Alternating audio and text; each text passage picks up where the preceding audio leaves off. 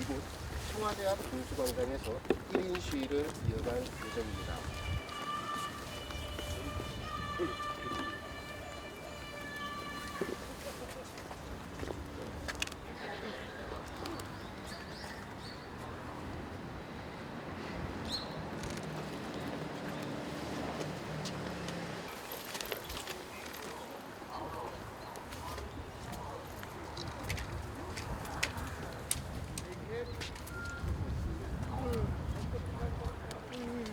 지금은 저는 대한민국 마비됐다, 민주주의가 마비됐다, 파괴됐다 생각하는데, 그 중에 가장 중요한 게 뭐냐?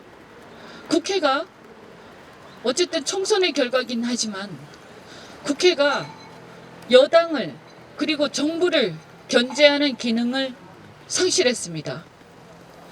되지가 않습니다. 그리고 이 여당은, 민주당은 야당을 완전히 무시하고 독주를 하고 있습니다. 저는 완전한 독재 국가가 됐다. 문재인 독재가 지금 완성돼 가고 있다. 그렇기 때문에 지금 사실은 법사위에서 이런 여러 가지 문제들이 일어나고 있지만 과연 민주당이 뭔가 하겠냐? 절대 타협해서 자신들이 야당의 얘기를 듣고 국회 본연의 목적인 정부의 견제를 할 가능성이 별로 없어 보입니다. 그래서 민주화 세력이라고 하면서 민주주의를 파괴하는 장본인이라고 제가 얘기하는 겁니다. 이런 상황에서는 정말 민주화 세력이라고 스스로 평가하고 자칭했던 문재인 대통령 아니십니까? 그러니까 문재인 대통령이 역사를 더 이상 퇴행시키지 말고 자신이 그렇게도 존경하셨던 노무현 대통령이나 과거에 김대중 대통령이 하셨던 말씀 다시 새기면서 제발 결자 해지해라. 자신이 이제는 답해야 된다. 이거를 호소하기 위해서 이 자리에 선 것입니다.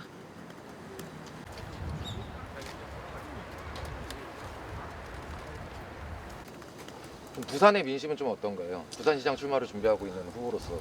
제가 아까 잠시 말씀드렸지만 제가 여기 오게 된 이유가 바로 그것입니다.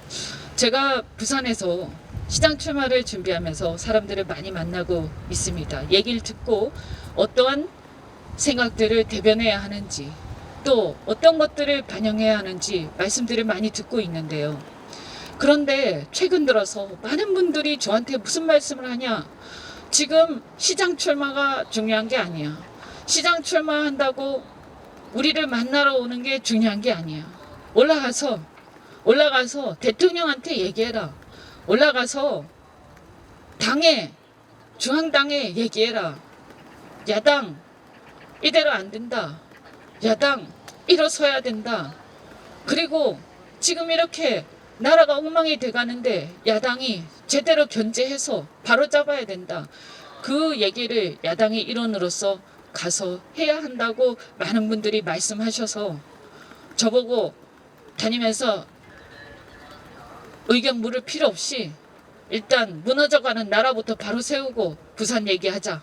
이런 얘기를 너무나 많이 하셔서 제가 그 말씀이 맞다고 생각해서 이 자리에 서게 된 것입니다.